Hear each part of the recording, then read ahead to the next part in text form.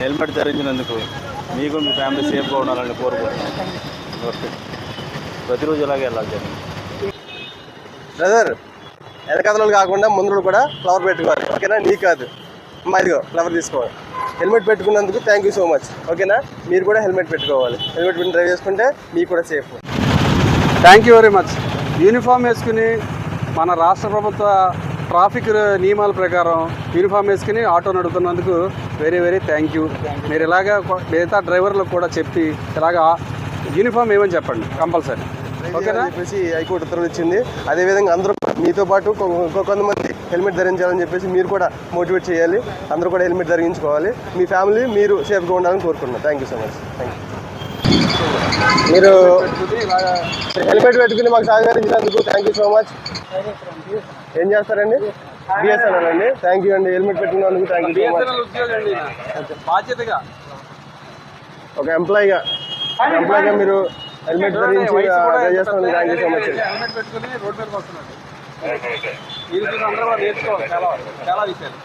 Thank you అండి. Thank you అండి. Seat belt పెట్టుకుని మీరు నడుస్తున్నందుకు కానీ థ్యాంక్ యూ. మీరు ఇలాగే మీరు ముందు కూడా ఇలాగే సేఫ్టీ ప్రకారం నడపాలి కార్ని.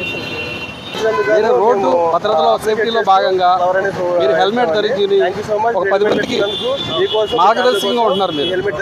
మీరు మిమ్మల్ని చూసైనా చాలా మంది హెల్మెట్ పెట్టుకుంటారు.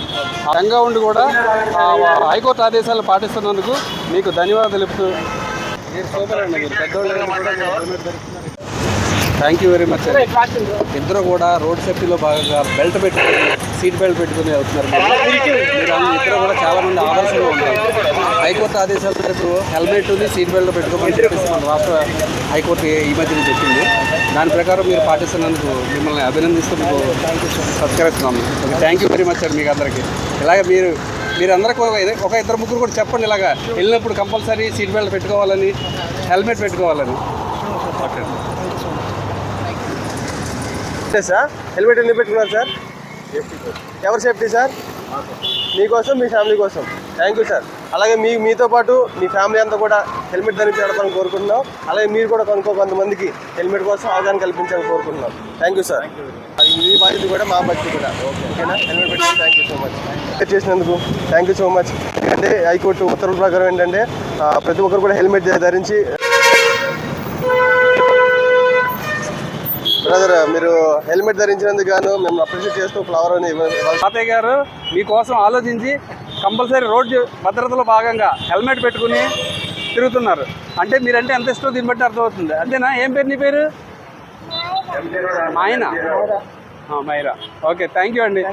మీరు ఇంకొక 10 మందికి అలా ఆదర్శంగా నిలిచారు. మీరు విజయవాడ ట్రాఫిక్ పోలీసు నుంచి మిమ్మల్ని మేము అభినందిస్తూ మీకు ఒక చిన్న పుష్పం ఇచ్చారు.